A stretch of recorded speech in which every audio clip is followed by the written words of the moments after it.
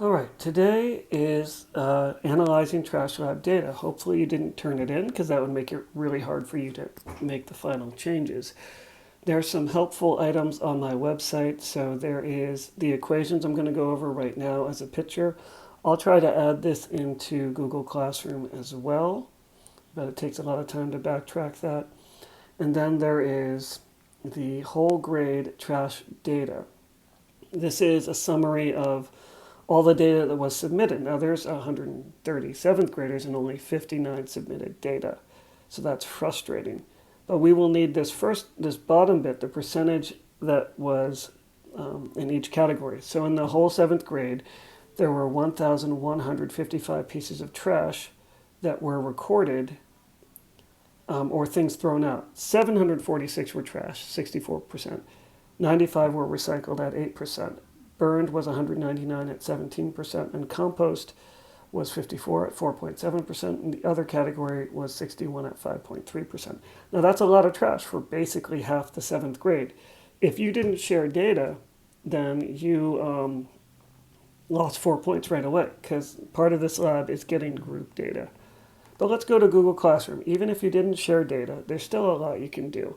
So the trash lab was assigned last week, and you have a spreadsheet where you're doing almost all of your work.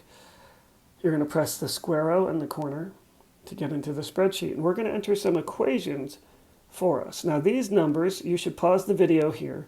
Seventh grade percentages, that's what I just showed you. They're not in your spreadsheet yet. So you should go ahead and add these numbers in. So pause the video if you need to and add these numbers in. These numbers are also in the picture I showed you. If you're ready to move on, our equation here, we're going to enter a formula, and it's equal sign, then C27, that's the column right above, backslash. Now I'm going to put a 20 because I have 20 pieces of data. So if I add up my pieces of data, 12, 3, 0, 5, 0, I have 20. You should put the number you have. So if you only did 14 pieces of data, you should put a 14 next. And our equations will be a little bit different. I'm going to hit return, and it's going to calculate that that is 60% for me. I don't have to rewrite that equation. I can tap and copy the box, then tap, tap, and paste it. And this new equation is actually different. If you look down in the bottom left, it's D27 divided by 20, but it's the correct percentage. Tap, tap, paste. Now if I do these too fast, it's going to think I want to type. So I have to have a little pause in between my tapping to paste the equation. So now I have the percentages. That one equation pasted across gives me all the percentages I needed for my data. Now I'm going to compare that to the seventh grade data, and I'm going to write a new equation. That new equation is equal sign, of course, C28 minus C30. Now I could type C30, or I could just tap that box, which is also C30. That's just its location. Enter. And it's a negative number, and that's okay. What that negative number means is I did less trash than the seventh grade. I did 60%, and the seventh grade did 64.6%. As before, we're going to copy the equation and tap, tap, paste it across.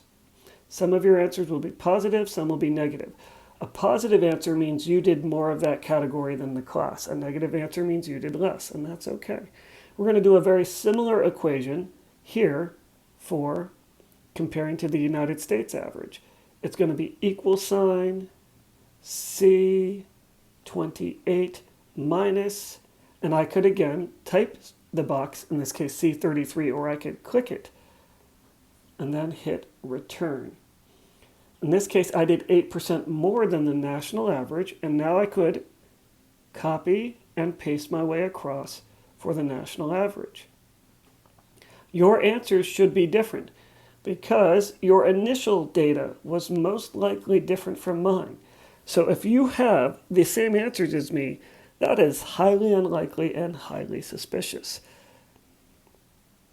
These three columns help me answer questions 1, 2, and 3. So my data, the total and percentage up top, are how I answer question 1. What do I have the most and least of?